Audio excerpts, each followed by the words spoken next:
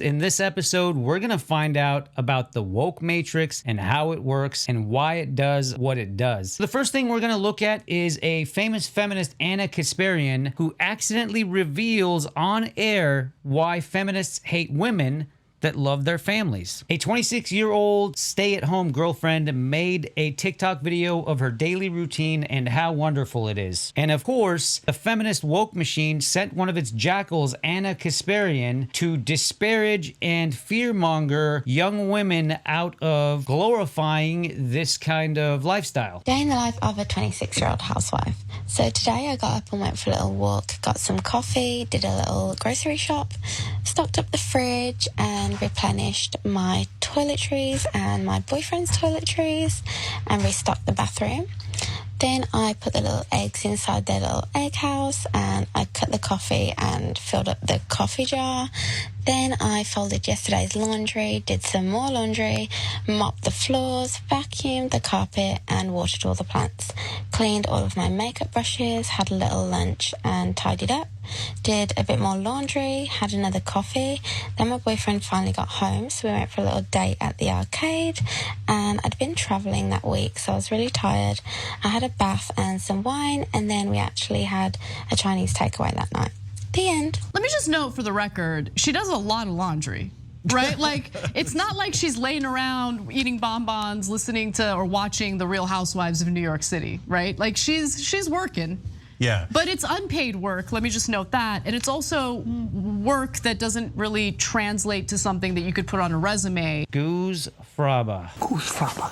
This actually works. I'm gonna tell you right now, this goose fraba thing actually calms you down. Anna, unpaid work, this girl's bills are paid for. Her rent is paid for. Her food and clothes are paid for. She travels wherever she wants to, whenever she wants to. She can point to anything and it's hers. So tell me, how is it unpaid work exactly? She's probably being paid a lot better than you are. And in return, all she has to do is cook and clean and keep the home tidy? Are you serious? Listen, women have to do this anyway.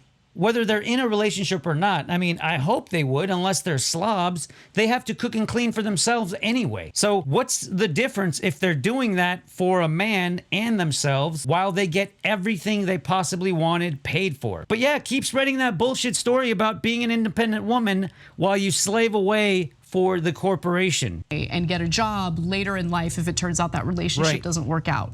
Like, I'm actually, look, I have no problem with staying home anything. Like, if you want to be a stay-at-home girlfriend, do you, boo? I'm Yeah, you see how condescending she is? Yeah, I got no problem with stay-at-home girlfriend. You do you, boo. The condescension in her voice and the just disparaging attitude that she has, just belittling this woman for being a traditional homemaker is just disgusting. But stay with me here. You're about to find out what taking the red pill is all about. Anna, why don't you keep on spreading this bullshit message to impressionable young women that they're better off slaving away for corporations instead of being good homemakers for their husbands and their children. worried about her future, though. Oh, but I'm worried about her future, though. Are you, though, Anna? Are you? You're worried about some random TikTok girl's future who's being spoiled and living her best life? You're really worried about that? Jesus Christ, you people are professional grade virtue signalers. Goose fraba. Get that goose fraba in there because you have to. That's what's going to calm you down. The goose fraba. Stay-at-home girlfriend. She's a stay-at-home girlfriend, right?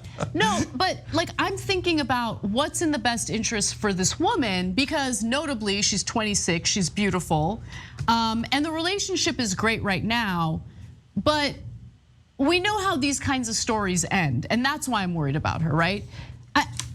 We know how these relationships end, right? How do they end? Are you implying that they all end in divorces? You would be right because people like you keep peddling the bullshit that you're peddling. Between 70 and 80% of divorces are initiated by women. Among college-educated women, that number jumps to 90%. So it's women who are initiating these divorces and these breakups. Oh, the relationship just randomly ended. What am I gonna do now? I have no no hate for her. Like, she's living the dream. Like, sounds great, actually. Yeah, you know, sure. Who doesn't want to like feel comfortable, stable, like financially, to the point where you can like explore baking and everything? Like, sounds great.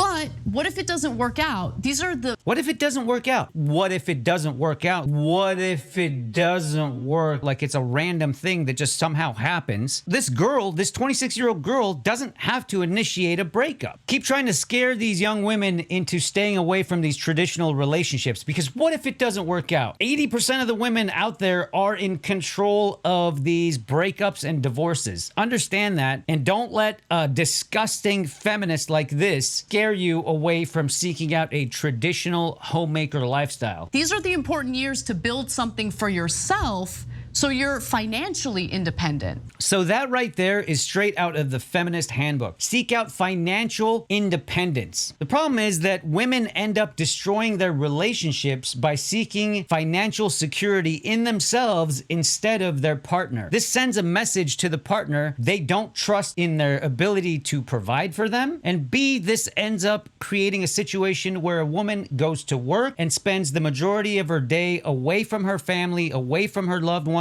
This creates an estrangement from the family unit. She ends up neglecting her family so that she can work and earn a living. No wonder the divorce rate in this country is over 50%. That financial independence is important. It is, because if you're reliant on an individual for your financial stability, if things don't work out with that individual, you're out on your own and you're just the girlfriend. You're not even married to him, so you can't like take half of what he earns, like when you leave him.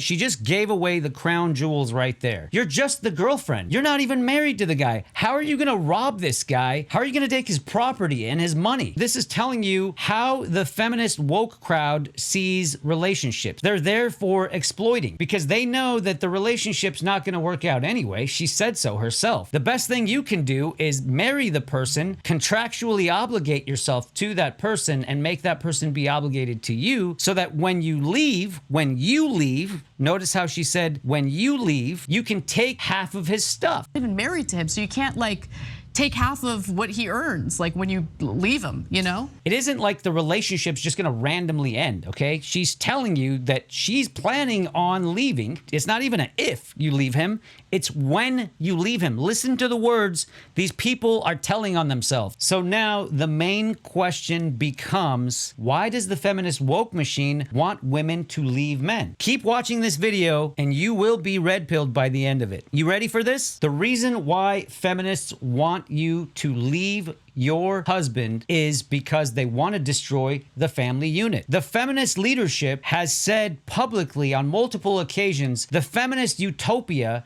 is the destruction of the family unit. That's the only way that they see women being empowered. The very prerequisite to women's empowerment is the destruction of your family. You understand that? So if you're supporting feminism, understand that you are supporting the destruction of families. The complete destruction of the traditional marriage and the nuclear family is the revolutionary or utopian goal of feminism. There it is, guys. The utopian goal of feminism is the complete destruction of your family. How will the family unit be destroyed?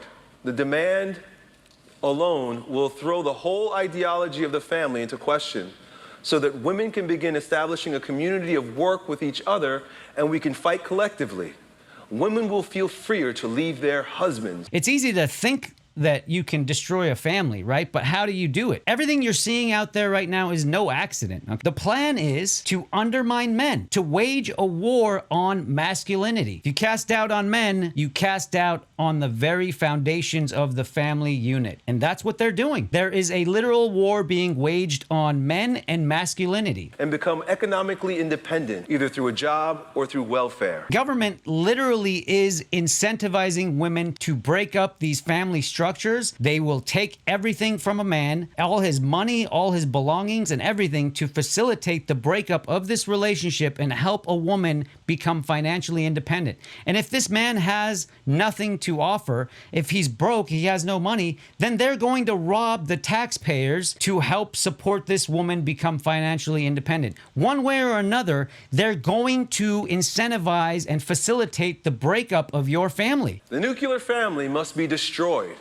Whatever its ultimate meaning, the breakup of families is now objectively a revolutionary, process. These are leaders of the feminist movement. Okay? They have already built this system and work with the government to break up your families, destroy your families. So the next question becomes, why is the government working with the woke machine? Why are they part of this woke machine? And why are they incentivizing the destruction of these families? Historically, governments have been afraid of two things: religion and family units. Religion provides a moral compass to majority of people out there, and their loyalty usually goes to religion first and then family second. And guess who comes in after that? Then comes in country or government and what have you. So what can government do to gain more control over people? It's simple. They have to destroy your religion and they have to destroy your family. Once people lose their moral compass and the strength of their family, they are just a person that's floating through space with no anchor. They're easy to manipulate and control. They're docile and they will follow orders as they are given because they have nothing else to lean on. And after a couple of generations of both of these things missing, these people are just going to be mindless sheep, easily controlled by the government or any figure of authority. Welcome to the red pill. If you enjoyed this video and want to help spread this message further, you understand that the red pill has to be spread so that we can keep family units together. Go ahead and hit the like and subscribe button. Share this video with everyone you can so we can spread the message far and wide.